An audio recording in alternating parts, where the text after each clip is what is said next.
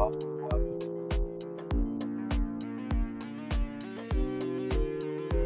everyone, thank you so much for joining.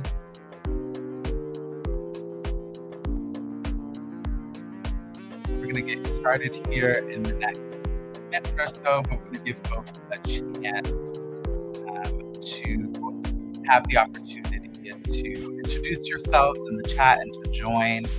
So if you could let us know wherever you're watching from, who you are, where in the world you are, and we will get started here soon. Thank you again so much for joining.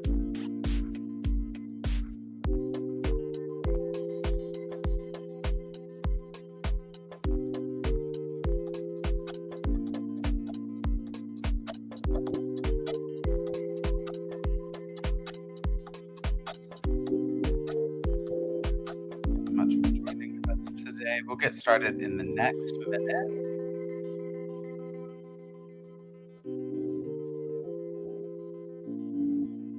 Oh, hi, Emily from Bend, Oregon. Welcome, welcome. Right. Hey, Scott, welcome from Dallas, Oregon.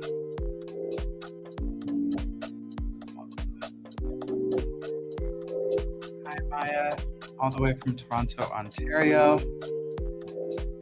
Wonderful. We're going to go ahead and get started. Good morning from Denver, Colorado. Great representation all over. Well, welcome in. Thank you so much for joining us today for today's webinar, our first of two webinars this week. We have Restorative Justice Up Close, first-person accounts of an approach that works, with the editor of this new work, Restorative Justice Up Close, Sally Wolf, and two authors from the work, Dr. Sandra Pavelka and Don Carney. If you don't know me, I'm Des Moines Wesley. I am the Associate Director of the Zaire Institute, which is a program of Eastern Mennonite University's Center for Justice and Peace Building. And I'm so glad that you are able to join us today. We are going to have a great conversation with Sally, Dr. Pavelka, and Dawn today. There will be some time for Q&A. So please, as you're listening, if you have the book and you have some burning questions, please make sure you get those in the chat, and we will do our best to get those answered. And then right at the end, I'll have a few announcements to share with you. Okay. So without further ado, and yes, thank you for all of you who are watching, who are introducing yourself. Thank you so much for being here. Without further ado, I want to go ahead and introduce our wonderful panelists. First up, we have Sally Swarthout Wolf, who has more than 20 years of experience as a restorative justice practitioner, trainer, speaker, and leader. She is the former director of Ford County Probation and Court Services, where she first encountered the power of restorative justice to interrupt the school-to-prison pipeline for young people. Wolf is also the co-founder of the Illinois Balanced and Restorative Justice Project. She lives with her husband, Don, in Paxton, Illinois. Welcome, Sally. Thank you so much for being here.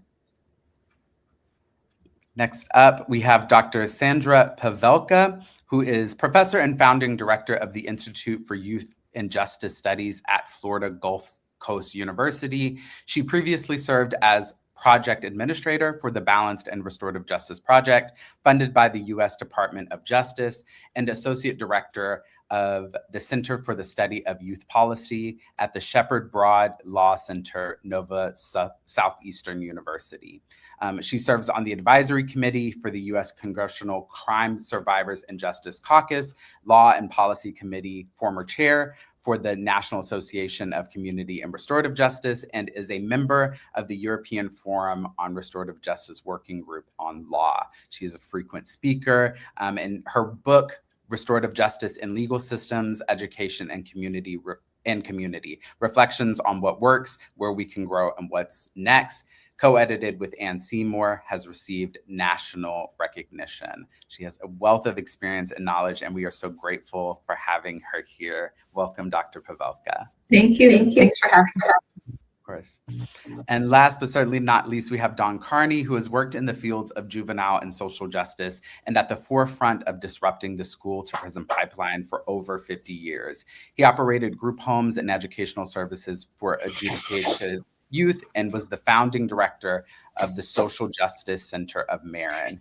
He is the founder and executive director of Youth Transforming Justice, a youth-led social justice movement that is transforming punitive school, discipline, and juvenile justice systems into restorative, trauma-informed, peer-driven solutions. To support youth referred to the program, Don developed the substance safety skills harm reduction training. The training components provide a pragmatic approach for parents dealing with a substance experimenting child and prepares teens with the skills to be each other's first responders.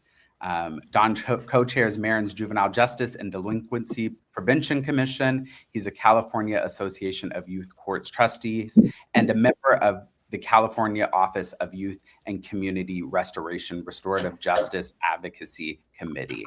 So again, a wealth of knowledge with Don. Thank you so much for being here. All right. So let's jump right in. I have a few questions for each of you. And again, after that, after our initial conversation, I'll turn to the audience for any questions that they may have. But this first question I really have for each of you. So maybe we'll start with Sally, and then Dr. Pavelka, and then Dawn.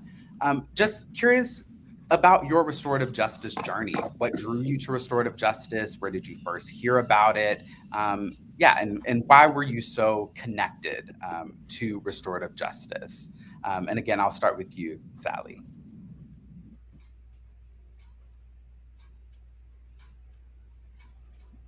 Sally, can you hear me? You know, Demonte, I'm not sure if you can hear me, but I cannot hear you. Yeah, we can hear you.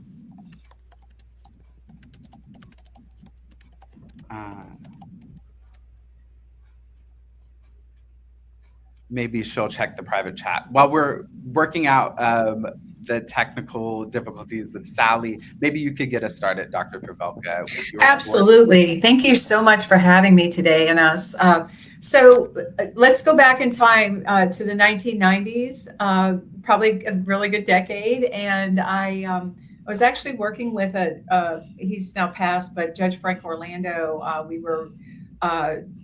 was project administrator of the Florida Detention Alternative Initiative. We were also working on the National Juvenile Detention Alternative Initiative funded by NACC. And I was working on my PhD at the time. I met this professor by the name of Dr. Gordon Bazemore. Many of us remember him, and many on the line probably know him as well or had heard of him. And Gordon had done some of our evaluation work with the Casey Foundation, with some of the sites we worked with. And I started hearing about this term called restorative justice. And I was very curious. He told me more about it. And at first I wasn't quite, it hadn't really resonated with me because when you talk about the different elements of restorative justice and principles, until you really kind of have this aha moment, it may not, kind of resonate. So long story to kind of fast forward, he needed a project administrator, and we talked more about, my work, and he really wanted me to come on board to run what was called the Balance and Restorative Justice Project as a project administrator. We were funded by the Office of Juvenile Justice Delinquency Prevention. And I met individuals like John Braithwaite and Denny Maloney and Kate Pranis. And it just all, kind of came to me like, wow, this is incredible work. These people are doing incredible work. We were, we were working in states. He, of course, hired me We ended up working in states all across the country. And I actually did my dissertation on a national assessment of policy and law.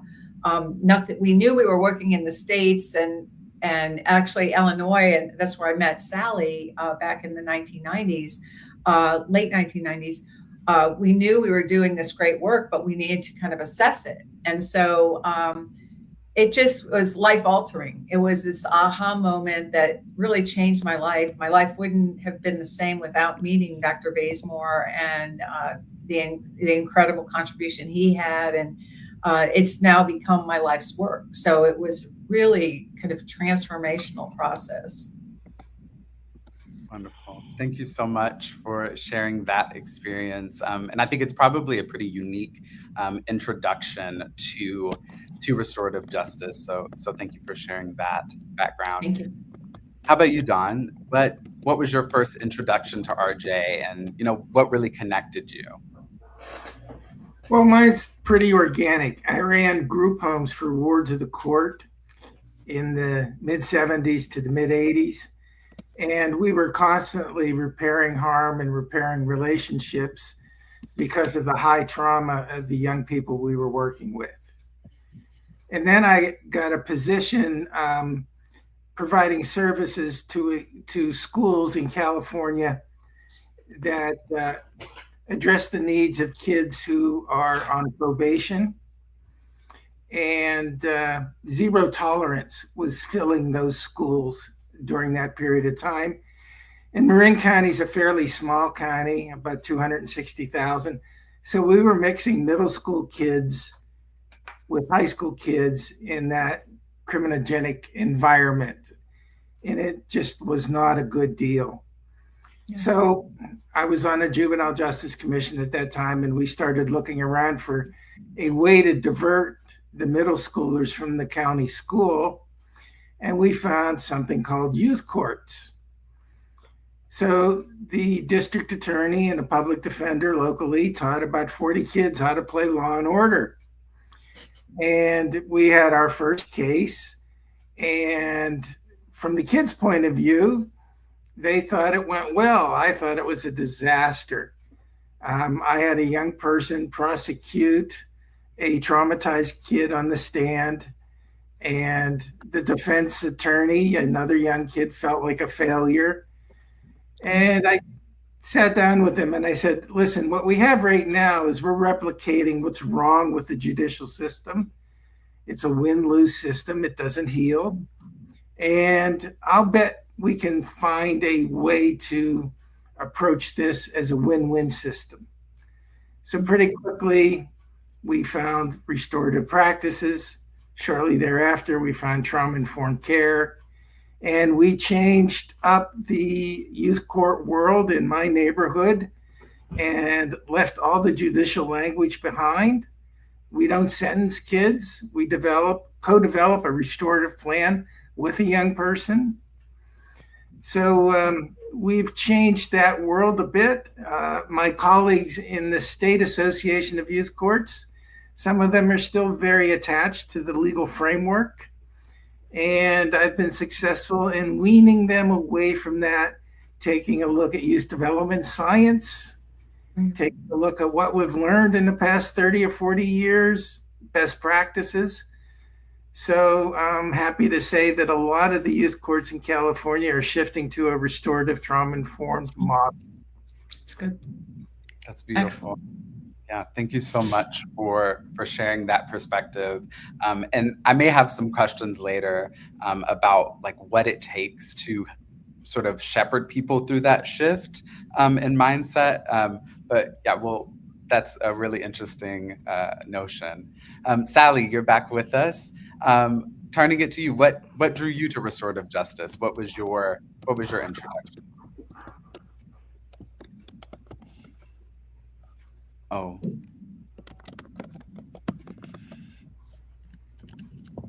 Okay, 1 second. So can you hear me?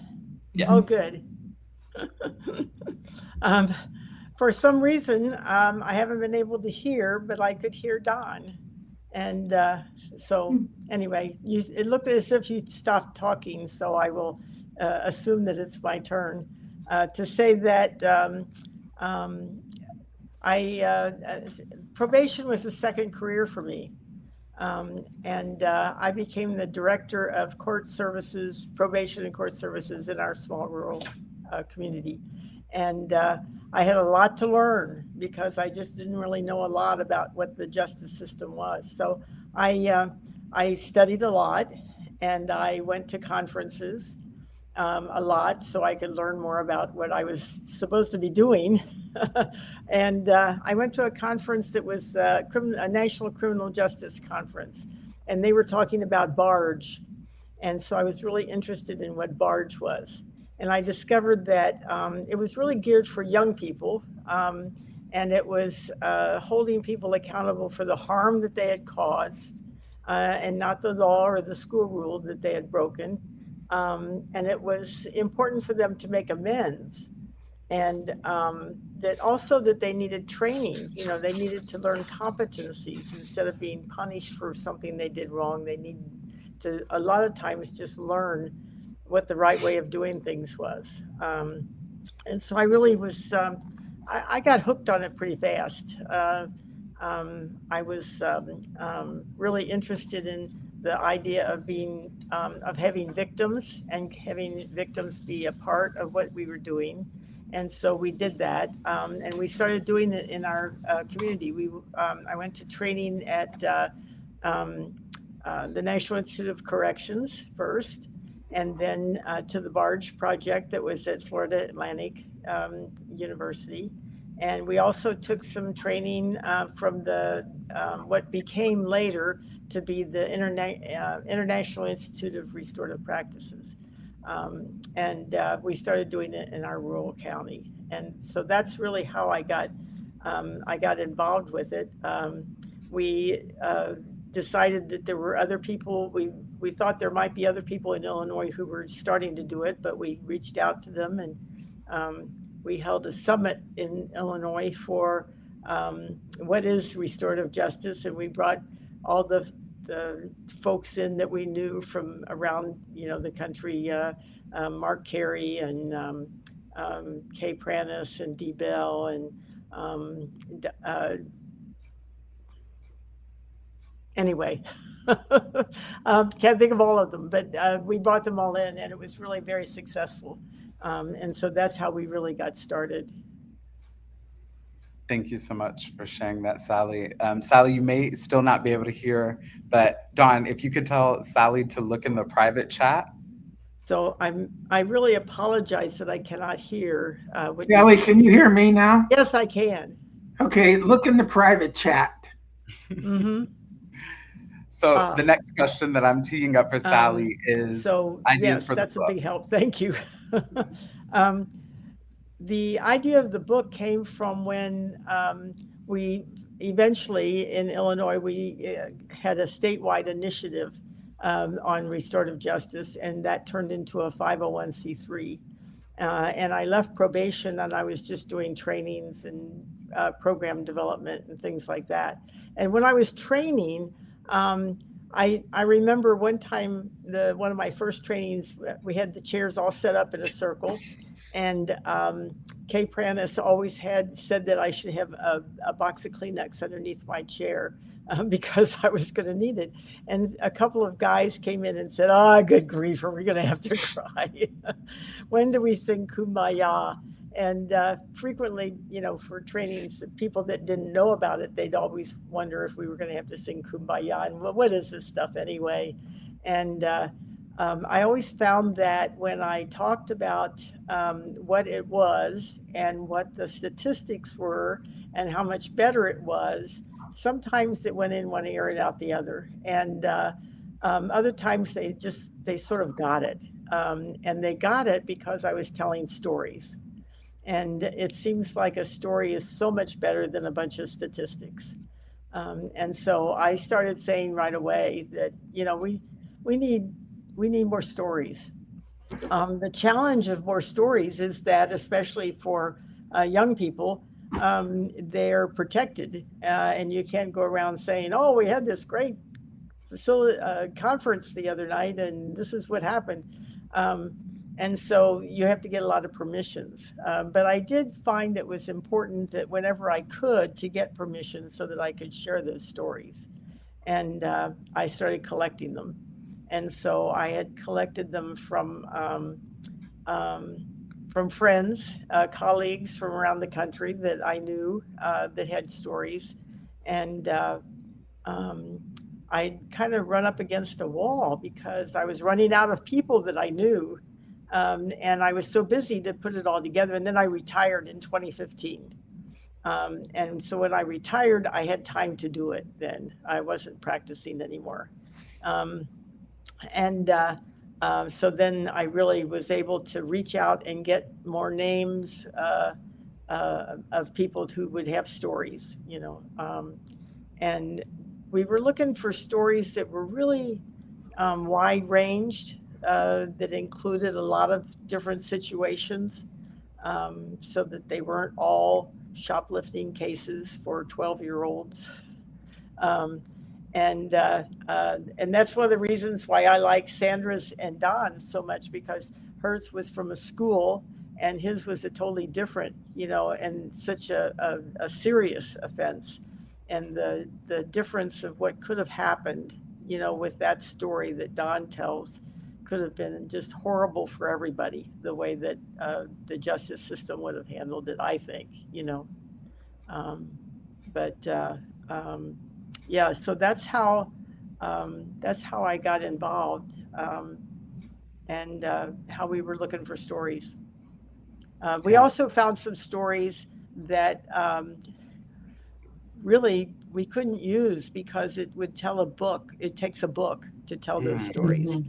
And so there's a couple of people I have had to say, no, I'm sorry, we can't use this. But if you ever want to, I think you ought to write a book about this, or it takes a lot more than what just these stories can do for you. Definitely. So. Yeah. Thank you so much for sharing that. And yeah, Sally mentions that the stories in the book sort of range. And so for those of you who have it or who don't, it's broken up into 4 parts. Part 1, restorative practices in schools. Part 2, youthful offending. Part 3, felony and other cases of serious harm. And then part 4, community harms. So really a range of stories and experiences included. And like Sally mentioned, Dr. Pavelka and Dawn, your stories are sort of, are in different sections of the book. And so I'm curious to you, or for you both, could you tell us a little bit about your story and why you chose to include that story in the book? And what do you think, how do you think your contribution really exemplifies an important aspect of restorative justice process and practice? And what do you think that aspect is? And we can start with Dr. Pavelka and Dawn. Yeah. Sure. Well, it's interesting because I've worked in the field of restorative justice, for over 30 years now, and hard to believe, but we've also seen it evolve. So, that there's the growth and the evolution of restorative justice, and looking at kind of my role is I've been a researcher, obviously professor, teacher, trainer, consultant, had so many roles along the way, and really brought that to the table. But for me and my story in the book, I looked at kind of the continuum. And again, I've had so many different experiences in facilitating circles and accountability boards and, trainings, that I really wanted to see where, I felt the greatest impact was, and sharing my story. So with that, thinking about the continuum. So we think about prevention, intervention, the diversion aspect of restorative justice practices, programs in the court system, within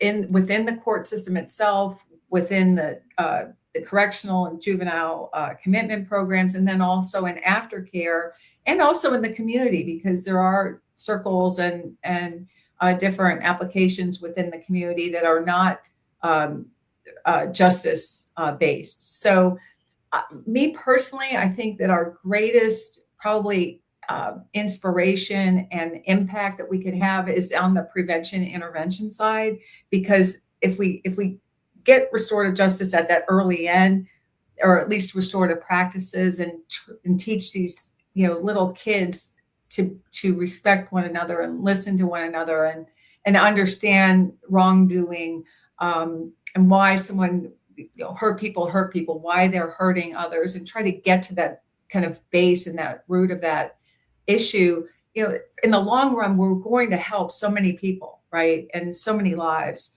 And so I chose a story that was based on a circle that I was doing some training and facilitating circles within several school districts, actually, but one in particular where the mom was a cleaning lady, and they lived on kind of a west side of the county, and she was a cleaning lady on the east side near the beach. So she would leave very early in the morning and have to leave her kids, her 3 daughters, to kind of fend for themselves.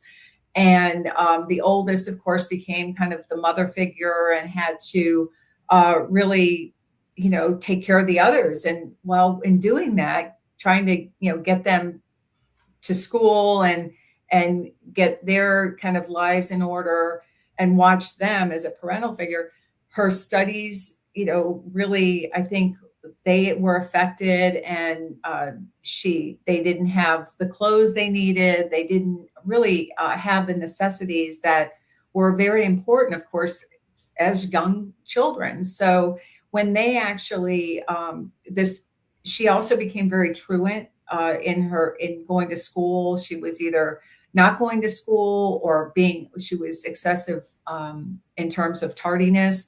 So that was impacting her grades as well. And so I thought that story was just really important to share.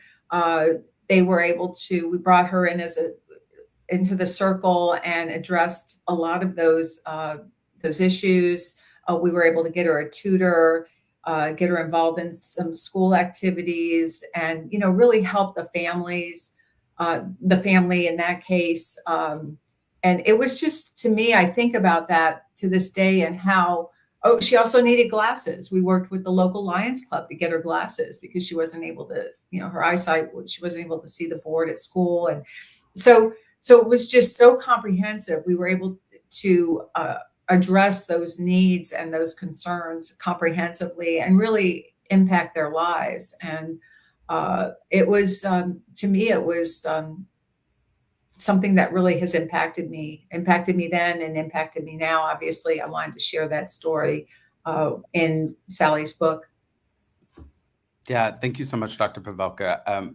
What I'm hearing in particular in your story, when we think about that aspect of restorative justice, is that, like you said, cluing into needs that maybe we're not even really thinking about, but like the child needing glasses and how that may be impacting her behavior in school and thus how she shows up in school. So really, how can we be as comprehensive and work across different lines to work with others to provide resources for those restorative justice processes. So yeah, thank you so much for sharing that story. Yeah. Absolutely. Yeah. Now, Dawn, to you, your story, again, a very sort of different situation. Why did you choose to include your story, and what do you think it exemplifies about restorative justice practice and process?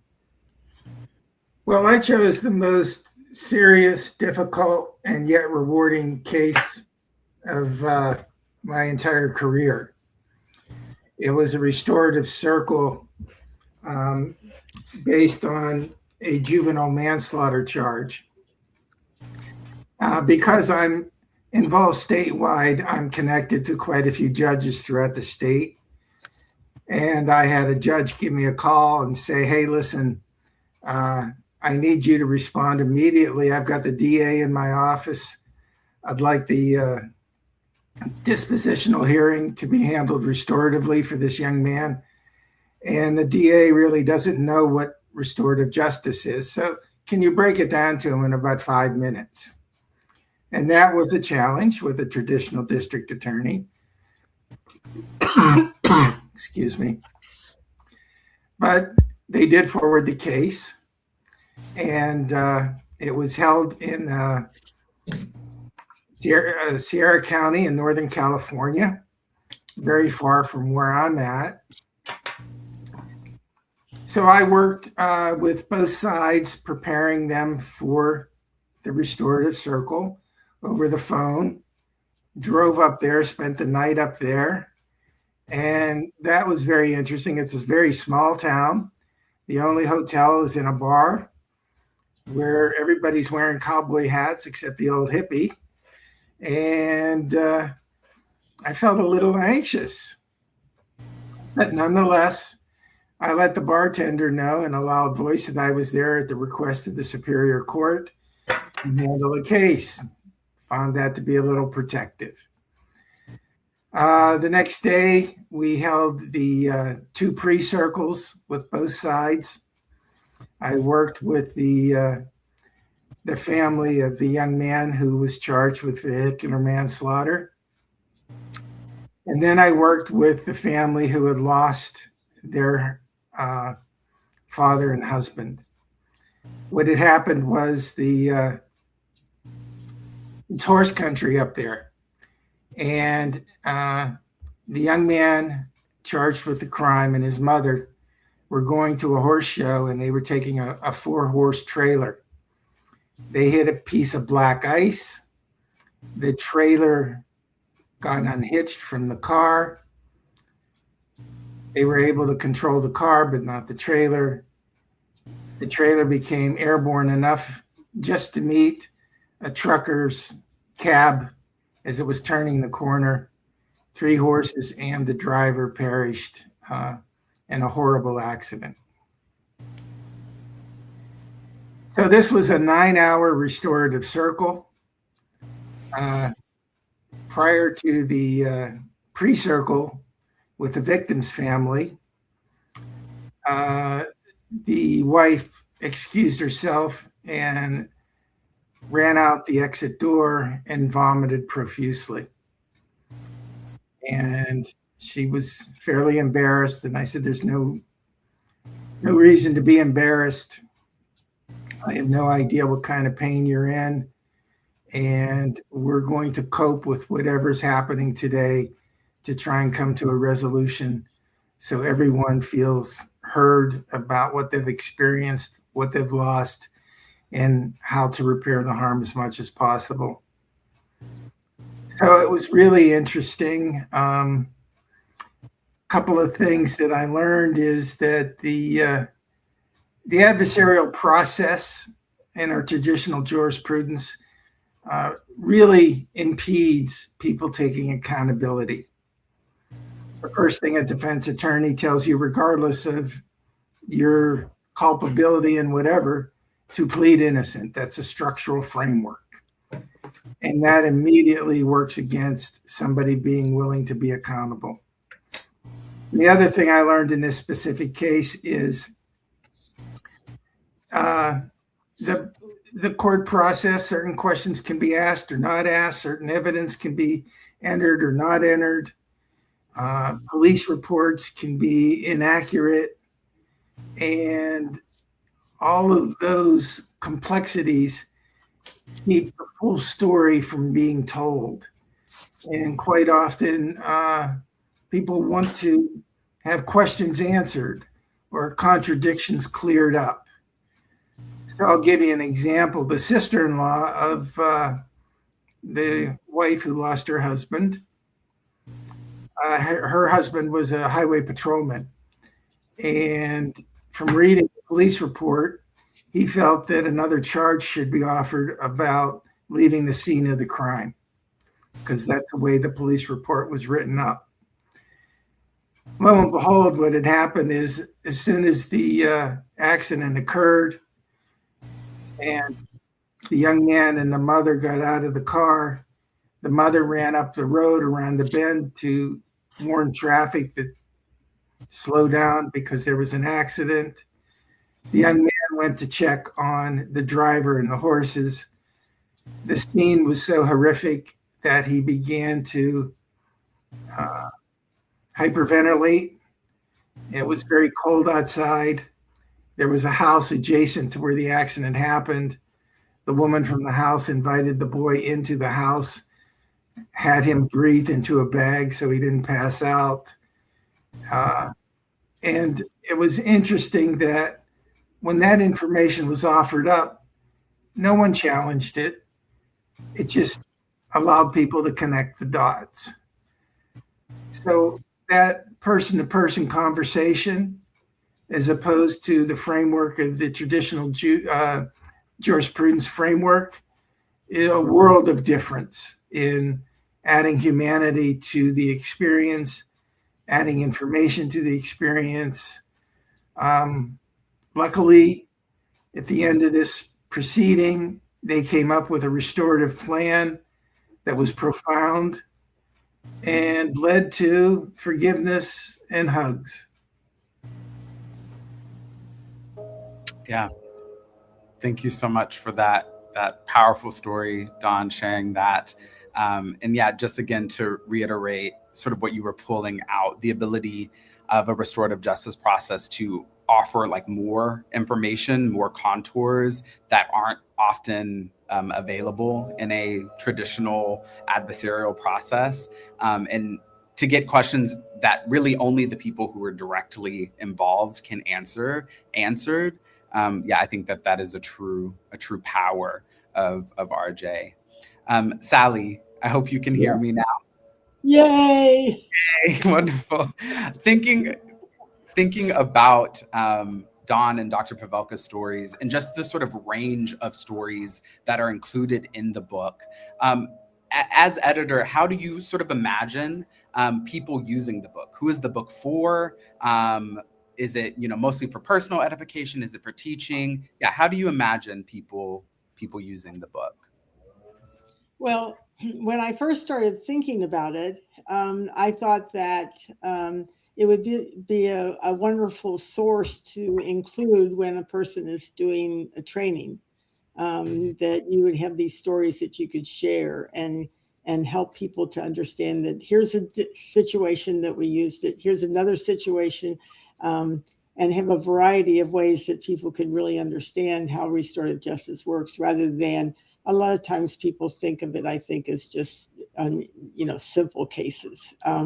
And so I was really looking for that. But then also, as time went by, I realized that there were more and more people. If someone is wanting to start something and kind of start working with restorative justice in their school, this is a good book to share with the school board or the principal or the community, people in the community, to kind of help to understand that. And then, and since that time, people who are teaching it in school, one of the people that I've been working with is Dr. David Karp, and he's head of the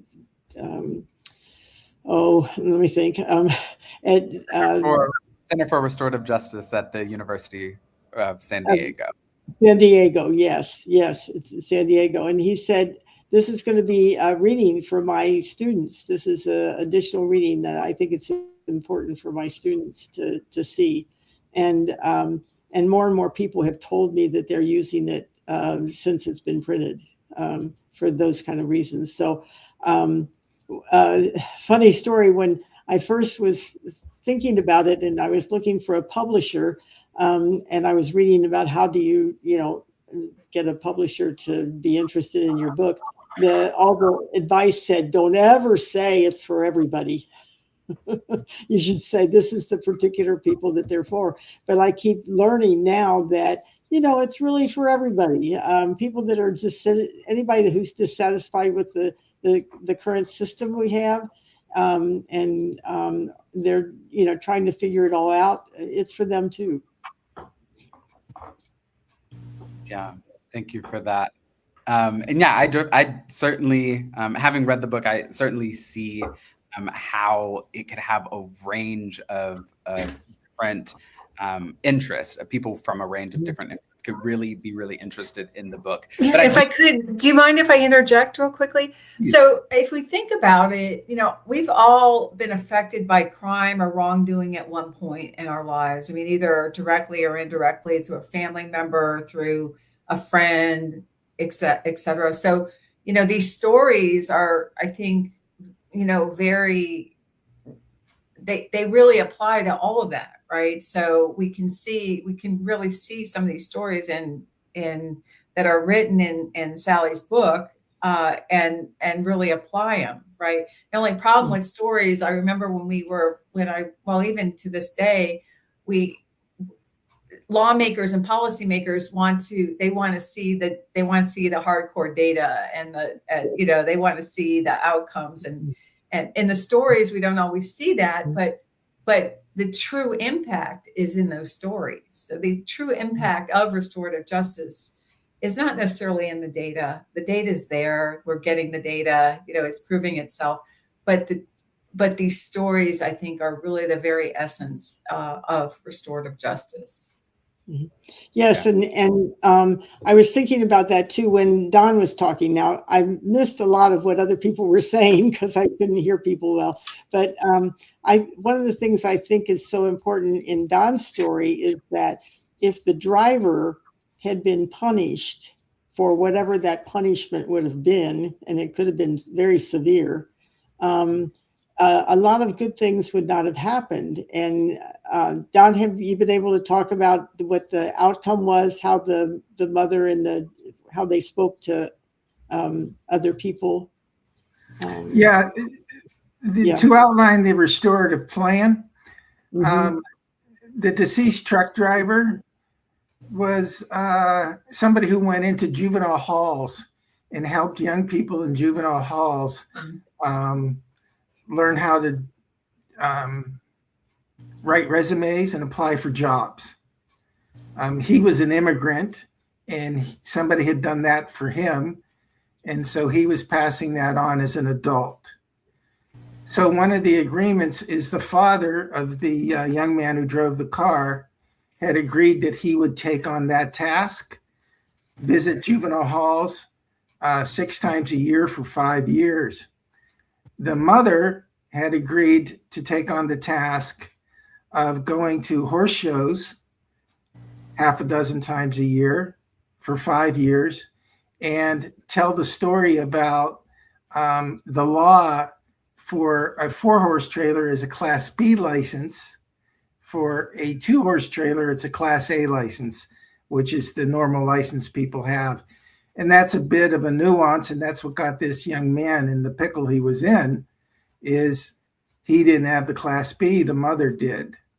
And then the other thing I thought that was very powerful, the young man was about to enter a specialized school in rodeo business.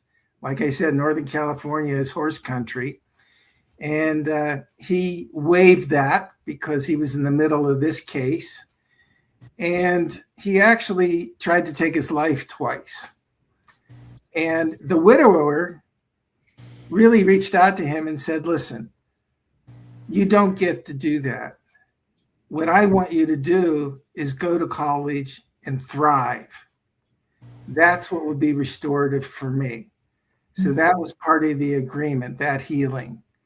And that was the trigger that led to the hugs, tears, and complete resolution.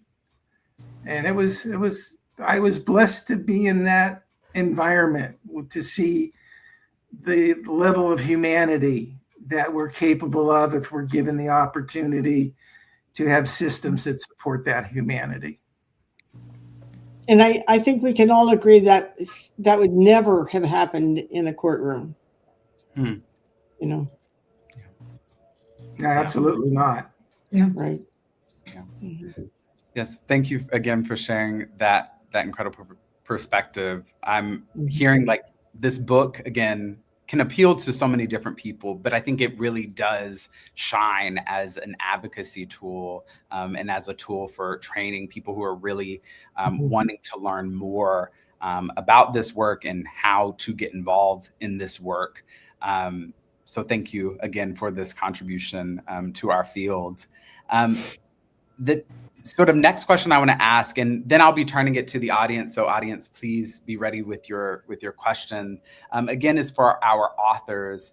And some of this you've shared already, but maybe just really stamp the learning for us. What is the key takeaway that you really want people to walk away with from your contribution to the book? And I think we'll keep that same order, Dr. Pavelka, and then Dawn. Sure. Well, I think, in terms of my contribution, the application of restorative justice and the impact of restorative justice can be transformational. And I think there are so many stories, as we've seen in this book, but really, through the years that I've experienced, restorative justice is transformational. And I think this book and the stories within the book, certainly really speak to that. And it's something that, again, I've made restorative justice part of my life. It's my life's work. It was transformational then. It's still transformational to me. So it just is it's pretty incredible. It's unlike anything I've really ever experienced in my life. And again, it speaks to really the fidelity of the model, the fidelity of restorative justice, and its application, and the fact that you can really apply it all the way throughout your lifetime, through the justice system, through, like I said earlier, prevention, intervention, through diversion, the court system, through aftercare, and just through kind of community dialogue as well. So.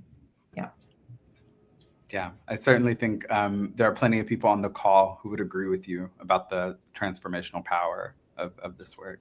How about you, Dawn? Well, I focus on the healing power of restorative practices.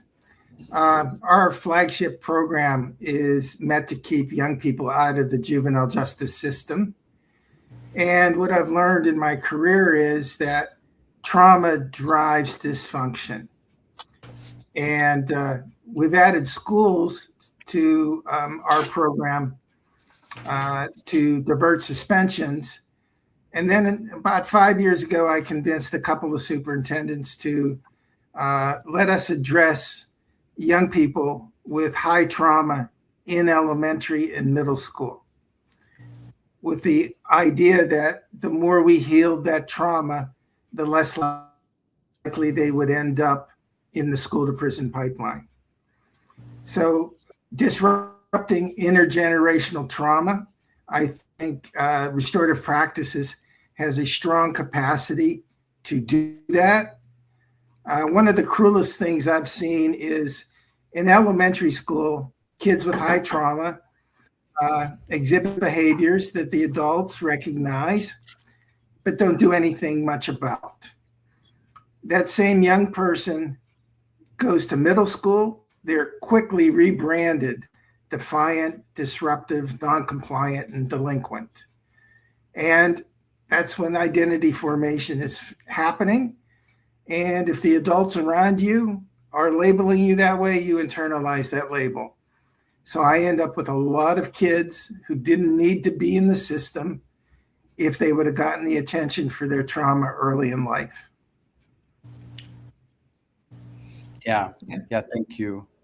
Again, can I add to that too, just a little bit? When we talk about the kids in school, I remember at a training that I was having that a kindergarten teacher said to me, I understand what you're saying, but you have to understand that what these kids are like, and there's nothing we can do about it. I have this kindergartner, and his speech is so foul-mouthed. He is rude to everyone in the class. He's rude to me. Every other word seems like it's the F word. I mean, it just keeps getting worse and worse. And there's no way that, he just talks terrible all the time. So I've kept him from recess. You can't have him stay after school. He's a kindergartner.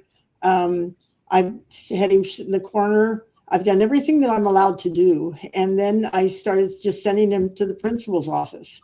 And I just don't see how there's anything else I can do about that. And can you help? And so another person who was in the training with me actually said to her, I'm wondering if you happen to have a child in your kindergarten class who spoke another language. Maybe he was just couldn't speak English. What would you do about that?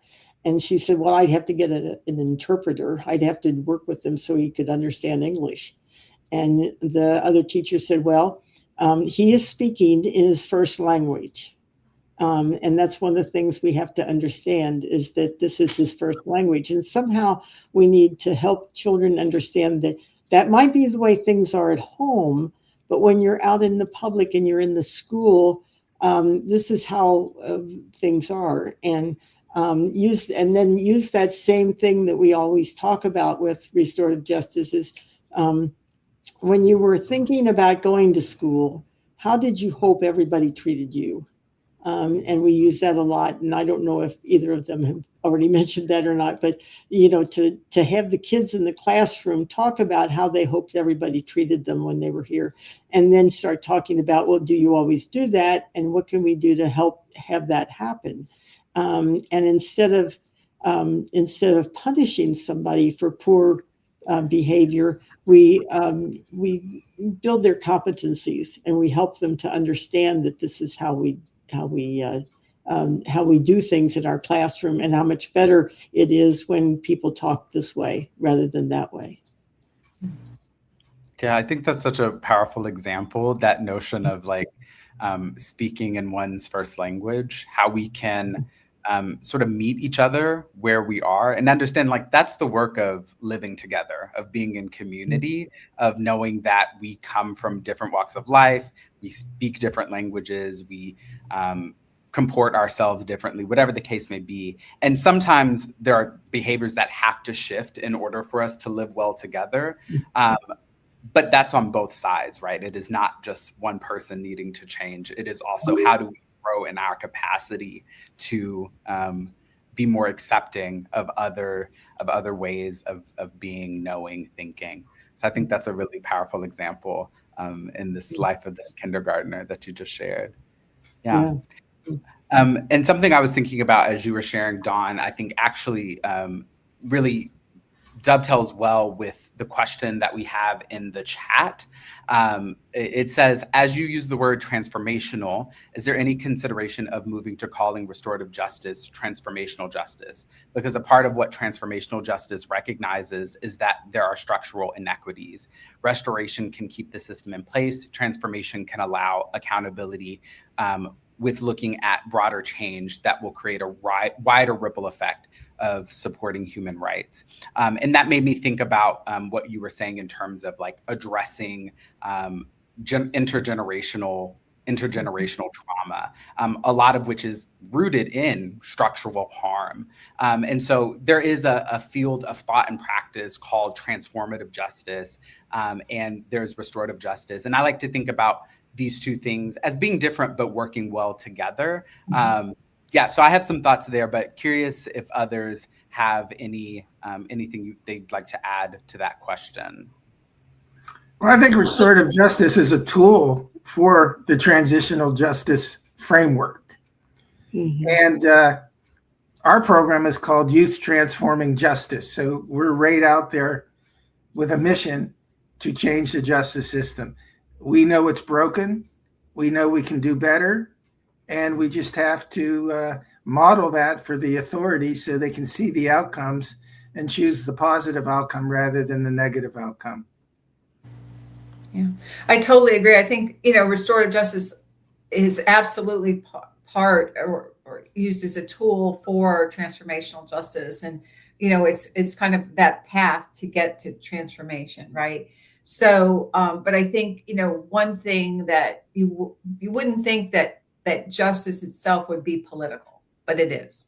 And so this whole thing, I think about just over the last 30 years and what, we experienced in terms of restorative justice being part of justice reform is just, we've, taken 10 steps forward, 12 steps backward in some cases. Some states have been, kind of more open and engaging to restorative justice than others. And so, as Kay Prana said to me one time, we have to go where the energy takes us. We have to go where the energy is. And so with that, we just keep moving forward. And I think, one day, we'll get there. We've come so far in the last 30 years plus in the United States on this restorative justice journey, but we have so far to go. And I think part of that path is getting to transformational justice and having kind of this entire evolution occur. And I'm hopeful. I'm hopeful that through this process, we will get there. Yeah, I think I have often thought of these two, transformative justice and restorative justice, as working well together. The way I've thought of it is like transformative justice offers a lens, and that lens is much more about like structural and systemic inequities. And restorative justice offers, as you all have said, some tools, some practices, some processes for chipping away at those structural inequities at the interpersonal level, especially. But yeah, I think transformative justice keeps our orientation to thinking about harm as much larger than just what happens between individuals, to thinking about our deeper histories and our deeper structures. So in my opinion, thinking about these things as like separate, but very much working hand in hand together has always been important for me. But I know that there are many like schools of thought on that. So thank you. Yeah. Well, and there are so many components, right? There's so many dimensions, and I'm glad I appreciate your nod to Dr. Zare and the lens of we have the transformative lens, and then we have the restorative lens. But and obviously, then we have the lens of the community and the victim survivor and the wrongdoer, right? So we have all these kind of competing dynamics, and working together in that healing process and moving towards restoration and transformation, I think is so important now. But then again, we have to think of in the lens of the victim survivor lens. And I know when I first was working with victims and survivors with the Balance of Restorative Justice Project, Ann Seymour, who's one of my dearest friends, was one of our consultants. And, that the victim survivor advocates were totally against restorative justice. They said, you can't completely repair or even think you're going to repair a victim or a survivor. But we can work towards that to the greatest extent possible, right? So with that, there are just, again, so many dynamics that we, in trying to address that and trying, moving forward, we'll get there. We just have to keep moving forward and keep progressing.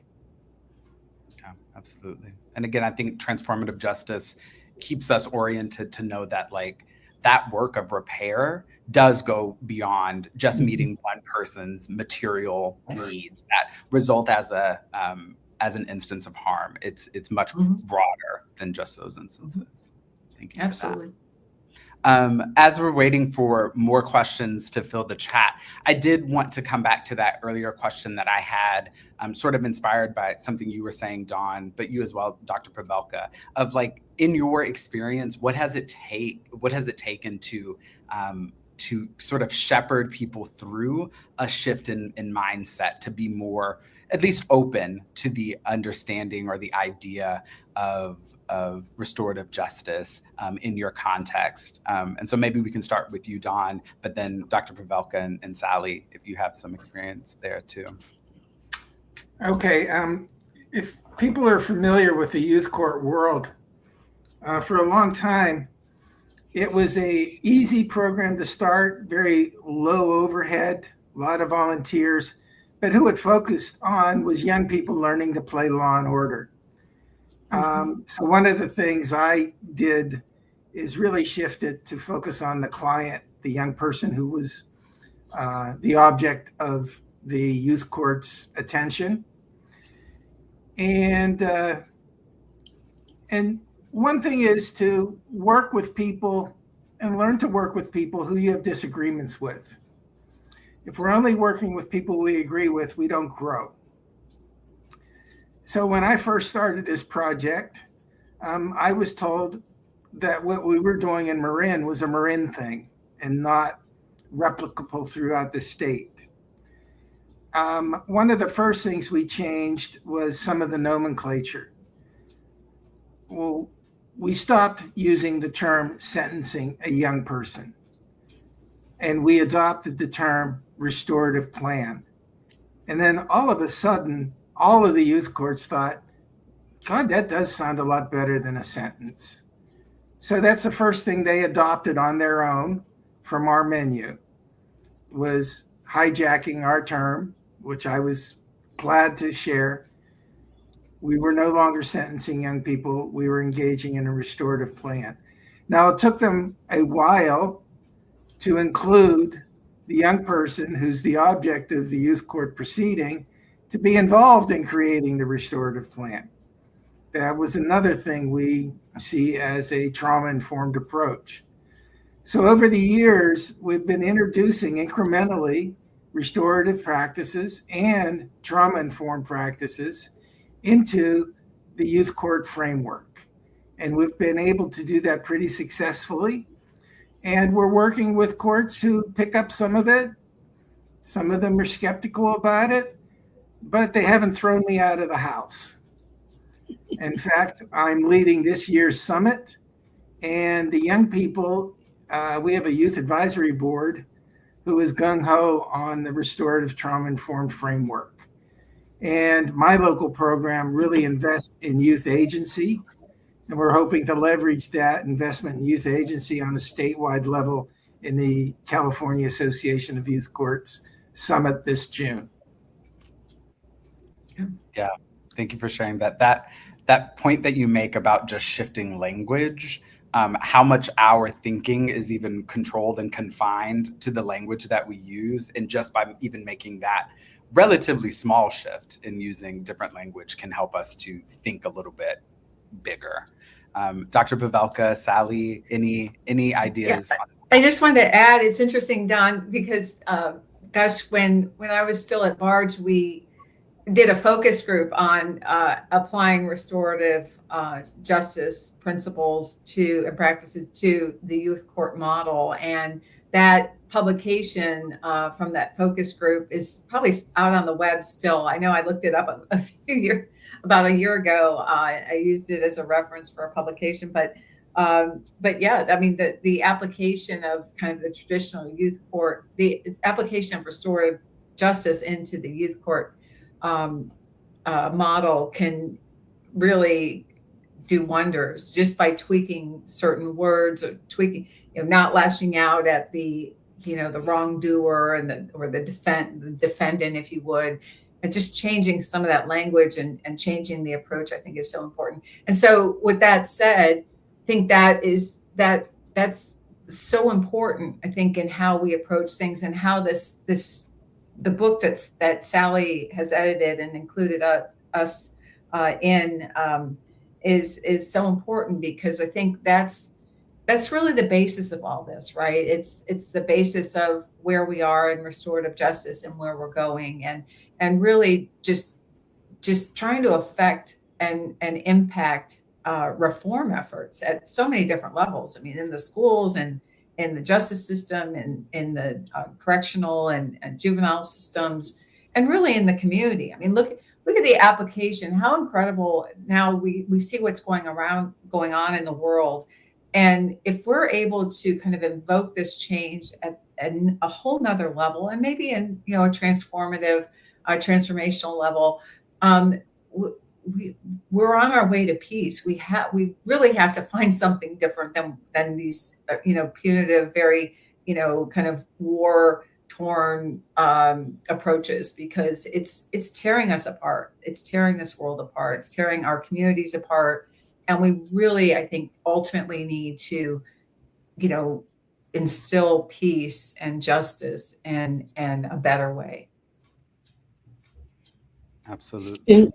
In Illinois, we have done conferencing in the and I can't talk. We've changed the courts. Okay, I forgot a word. Sorry. The youth courts, we've turned them into conferencing. And So we've just used the conferencing that we had learned from the International Institute of Restorative Practices and set that up, and have done that in Illinois schools, in several of them. But there are also youth courts that are just still youth courts, So. Yeah, thank you all for sharing your perspectives on that question. It does change or take a lot to sort of expand other people's minds, and understanding that we don't do this work alone, that it does, like you said, Dawn, it takes working with people who don't necessarily agree with us, at least on the outset. So where do we find those points of connection and agreement? And to your point, Dr. Pavelka, I think most of us do want to live in a world that feels more peaceful, that is more connected. And I think restorative justice offers one way at getting to that connection. We have some fabulous questions in the chat, starting with this one. When using RJ with youth, what are your current thoughts on the ages that should be involved in what's considered youth? Do you believe states are working on expanding those age ranges? Yeah. So any thoughts? Well, there's a new study out of Cambridge on when our brain smilation completes, and that's what's called hooking up the frontal lobe. It's now 32 years old. Wow. And it was an exhaustive study between 9-year-olds to 90-year-olds in magnetic imaging machines. So pretty reliable outcomes. And I wonder, if we made the age of adulthood 33, how many men would join the military? This might be a peace program right around the corner. Yeah, that's interesting. I do wonder, think about how difficult, we were just talking about how difficult it may be to get some folks on board with restorative justice. I think we have like a real difficulty thinking or expanding that notion of like grace, opportunities for transformation to older people, to adults. So what if we really did embrace an understanding of ourselves as, younger, much later than we think we are. Again, thinking about the sort of childhood trauma that we all carry into our adulthood that often goes never addressed. So yeah, expanding to 32, that's something.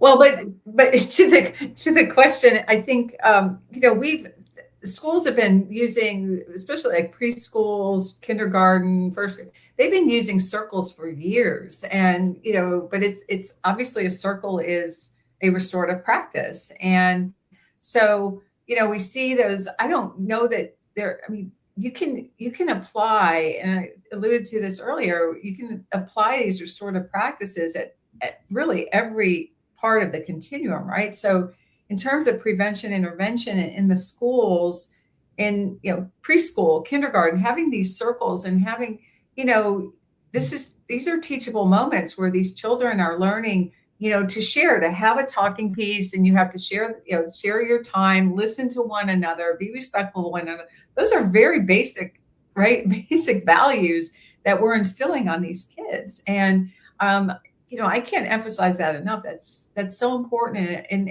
they're never too young to learn those values and learn how to respect one another and share and speak their truth and so forth. It's just, to me, that the tools and the learning experience is just so invaluable. Yeah, something I would share about like this notion of expanding the definition of youth. I think about, I was a teacher, but even when I was in college, like with other people my same age, it sort of struck me how just a few short months before we get to college, before we turn 18, we're in high school with a set of rules, and then we are sort of thrust into adulthood, often not being really prepared for that level of responsibility. So I think that like again, how catching this idea of expanding the notion of youth, how catching that idea will be. But I do think, at least in restorative justice spaces where maybe we have a little bit more discretion in who we involve in our programs, if we can even expand that, like access to our programs to folks that maybe wouldn't be considered youth in the traditional criminal legal system, but that we could up to 22, 23, 24, whatever the case may be, how many more people we could be capturing away from that punitive process.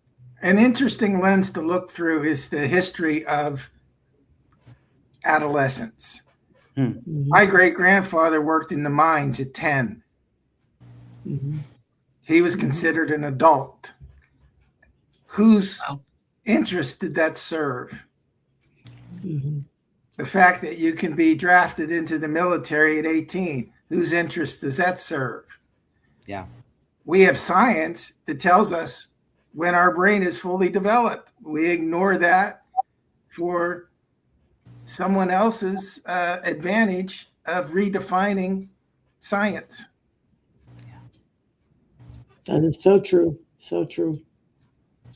Thank you for those perspectives. Okay, another great question. And this is something I think about a lot when I am training or teaching, is this time piece. So we have in chat, thank you all for sharing your impactful experiences with restorative justice. Don, I'm thinking about the 9-hour process you described.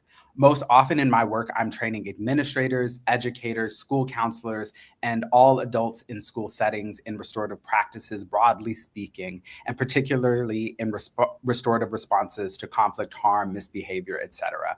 Time is always a top concern. Coming from schools, I know, time is a real bugbear.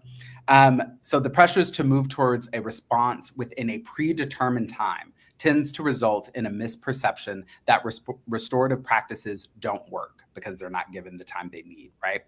Can you share ideas for how the stories in the book may support policy and practice changes to support schools and districts in resourcing their RP processes adequately to allow for the time for an authentic restorative response? So how can you think about your stories that you share, your experiences that you have, other stories in the book? How can they help those who are really trying to push this change in schools or other places where time is really a top concern, to understand that these processes really just, they need time? Yeah. It's, once again, it's looking at our culture's priorities. The production priority, both in business and in schools. It's all about production, not connection. And about 16% of public school students suffer from toxic trauma. That means they've been betrayed by the person who is supposed to love them the most. What that results in is them not trusting any adults. And that leaves them unmoored as far as development. That's the little kid in kindergarten with the foul mouth that nobody knows what to deal with. The problem is that young person can't say, my attachment model as an infant was horrible, and I don't trust anybody here. And where do they end up? They end up at the foot of the chief of the tribe, the principal, over and over and over again. They're looking for some adult to untie that knot that has got them so lonely, isolated, angry, sad, needing support. Yeah. And what I'm hearing there is that sort of betrayal, that lack of trust, that too takes time. Oh my God, yes. Yeah. So I want to just mention, because I studied under Dr. Mark Umbright. He's a colleague, he's a friend, and Mark has mediated victim offender mediation, victim offender conferencing for his entire life, and he talked about also mediating murderers and murder and the survivors of families of murder.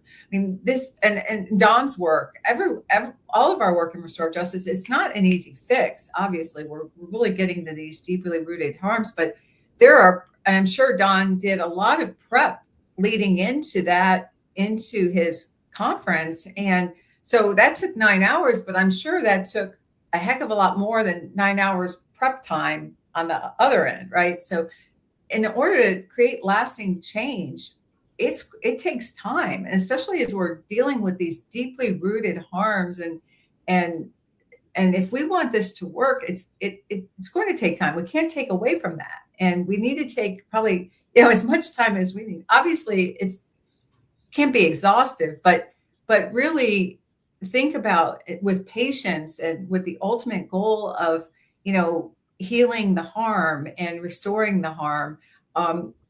We need to take that time in order for it to be impactful and to be restorative and to be transformational. Yeah, I'd like to see traumatized kids be a protected class. Yeah. Yeah. Well, if you look at ACEs now, right? The ACEs that they were around, but they weren't a thing back in the 90s, 80s, and earlier.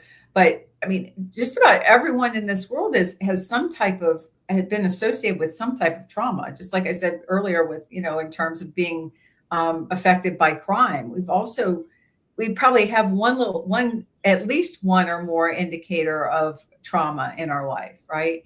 And if we truly went back to address those, I mean, think of we would be much better people. We'd have a much better world to live in.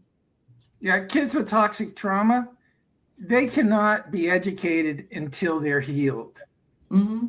But they're being evaluated on their academic performance, regardless of their healing. Yeah, and also be in true relationship, right? They can't necessarily be in an authentic relationship with another person unless they're truly healed. Right, and that's what fills our prisons. Yeah. Mm-hmm. Yeah.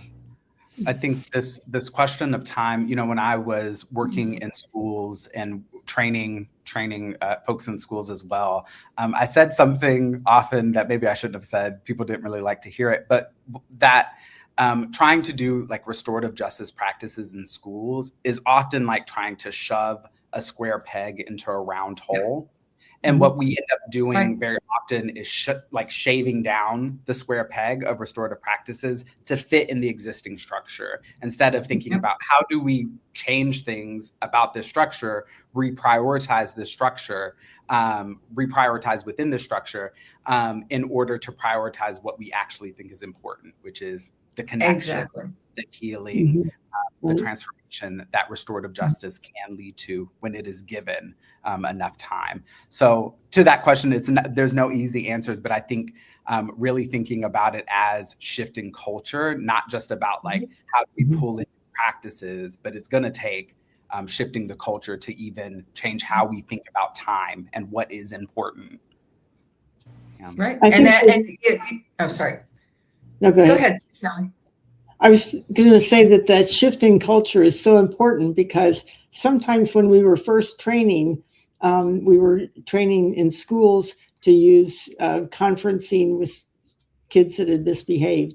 And I saw one school that was, the kid acts up and the teacher says, we got to have a circle. So everybody get in the back of the room and sit around the circle where we have our reading class usually. And we're going to talk about this. So everybody in the class, after a while, they're going, gee, here we go again, and so the culture hadn't been changed, but there was this sort of punishment that the whole class had to take part in, which was going to be another one of those circle things when you can't talk unless you got the talking piece.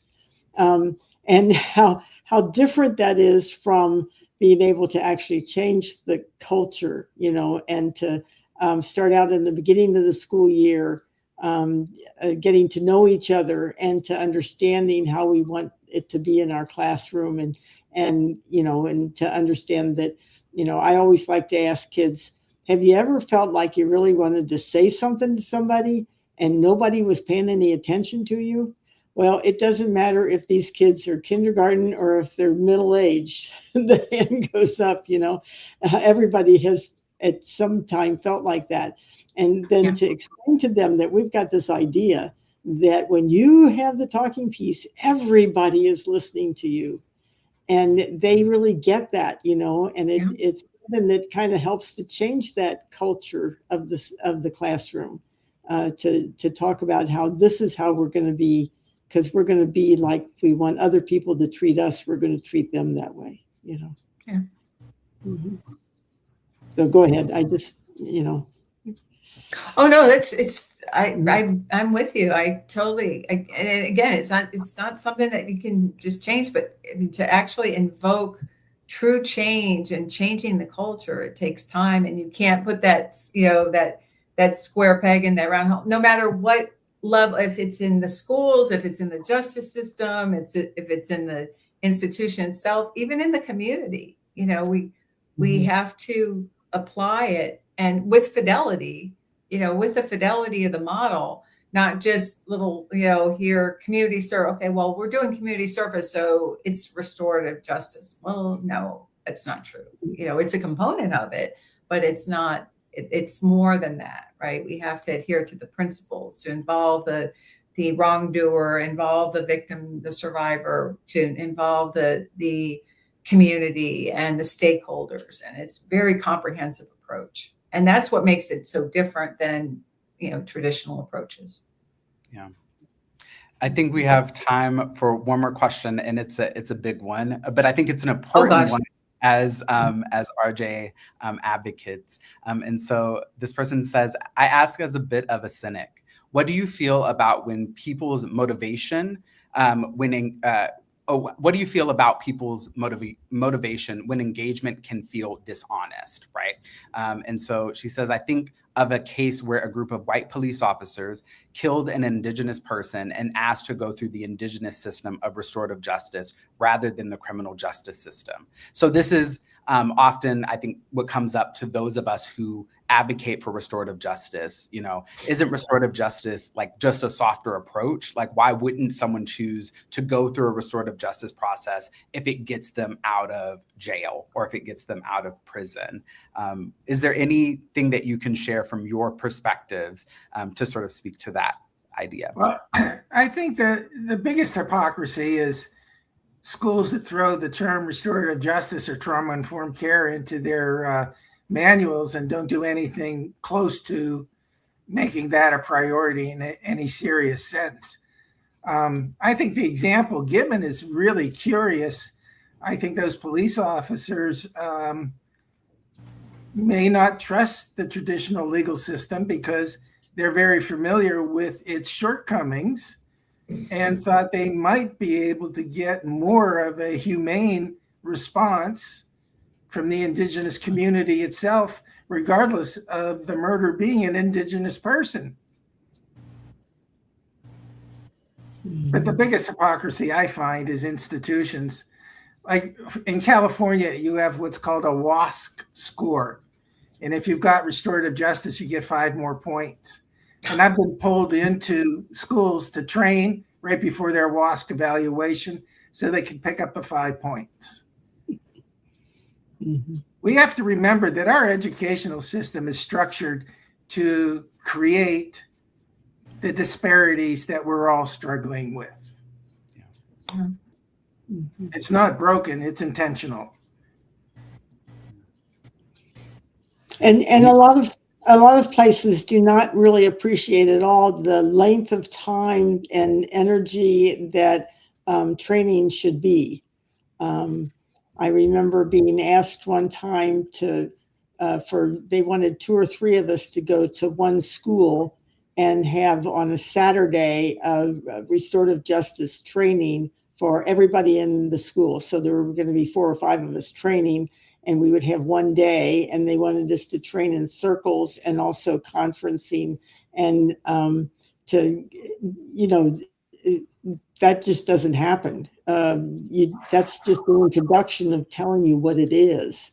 And they've often said that the money problem with doing that is that you either have to pay a stipend to the teachers in the summertime to come to the training, or you have to pay for substitutes during the school year. And that's the big cost thing that kind of troubles schools. And like you say, that they don't understand what we're really talking about. They just think it's a quick fix. Yeah. If I can offer to this notion of like the motivation of those who would go into a restorative justice process as the person who caused harm. In my opinion, my sort of thinking about this has been, well, two things. One, if in whatever system you're working in, the criminal legal system or a school system, if the option is restorative justice or traditional punishment, that's sort of a false choice.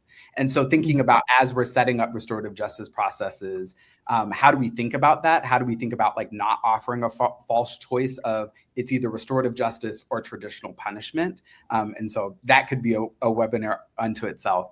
But also, we may not be sure of a person's motivation in entering into a process. But what we can be sure of, right, if we as facilitators of a process are really intentional, is what might be offered to those who have experienced a harm in this process. So I think that to me holds so much more importance than the motivation of people who are entering into a process. When I know that folks who are entering as harmed parties are still getting their questions answered, and that's what matters to them, are still getting a show of accountability, and that's what matters to them, when these things might not have ever happened for them in a traditional criminal legal process. And so while a person may hope that a restorative justice process is an easy fix to a prison sentence, oftentimes I think what people find is it's not easy work. It is hard, harrowing work, emotional work. But even that, I'm not necessarily interested in making things difficult on people. I'm interested in what actually provides healing for those who have been involved in all sides of an instance of harm. So not an easy answer, but that's sort of how I think through that skepticism I may have of someone's motivation. Any thoughts there? Okay. Well, thank you all so much for joining. We have just a little bit of time, so I want to drop a link in the chat to pick up the book. And I want to give folks an opportunity to share how can people get connected to your work, and how can they support in other ways. And I'll start with you, Sally, then Dr. Pavelka, then Dawn. How can folks get connected with you and support your work? Well, I can give you my email address. Would that be something that you're thinking about? That we have a network of people that we can refer other people to, Yeah, absolutely. Yeah, definitely. Folks, if you want to drop your email in the chat, and are there other ways, do you have other events coming up to promote the book that you'd like to talk about? Well, actually, I'm going to be at the National Association of Criminal and Restorative Justice that's going to be in New Orleans in July. And I'm really looking forward to that, to meeting people. I went to the one that was 2 years ago, and I picked up several new stories there when I was there. And also in May, I'm going to be at a meeting of Methodist women who are going to be together in Indianapolis, and they've asked me to come and bring my books with them and to talk more about that. So I think that this group of Methodist women, they meet once every 4 years, and so I'm really looking forward to that. It'll be an interesting group. But there's other people too. Colleges and universities have, Roosevelt University had me come up and speak to one of their lecture series that they have. So those things are, they're out there. Beautiful.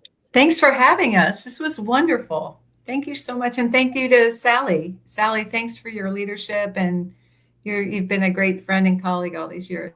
Thank you so much. Yeah, thank you. And yeah, Dr. Pavelka dropped her website and her email there in the chat. Dawn, how about you? Yeah, I dropped our webpage in my email, and I really feel blessed to have the Zier Center recognize my work. I've been a big fan of Howard's work since the inception. Well, thank you And so much. Sally, thanks for Yes. the opportunity Thanks, for Sally. a Yeah. dyslexic kid to actually publish something. It's been my pleasure. It has just been a wonderful time doing it. It's just like the best thing that could have ever happened to somebody to get to do this. Yeah. Thank you all so much for sharing your Thank work you. and again for this contribution to the field. I have a few last announcements. Thank you again to our guests for being here. We have one more webinar this week on Friday with Caitlin Morneau and Cheryl Wilson, who will be sharing about their work, restorative justice and community, reclaiming connection and responsibility for our neighbors. So please join us for that. I'll drop a link to join, to register if you have not already. That promises to be another really great conversation. And as always, if you're familiar with these webinars, just a pitch to go and support the work of the Zier Institute, bringing this work to you. And if you have some ideas that you want to share with the broader restorative justice community, please reach out to the Zier Institute, and I would be more than happy to chat with you with how we can do that. And so I'm wishing you so much wellness. Take care of yourselves. Yes, this can be viewed at a later time. They upload automatically to the live section of the Zier Institute YouTube channel, and I can drop a link for that as well. So if you want to review this or our past webinars, feel free to go there. So sending you all away with so much wellness. Thank you so much. Nourish yourselves, and if you can, nourish someone else. Be well.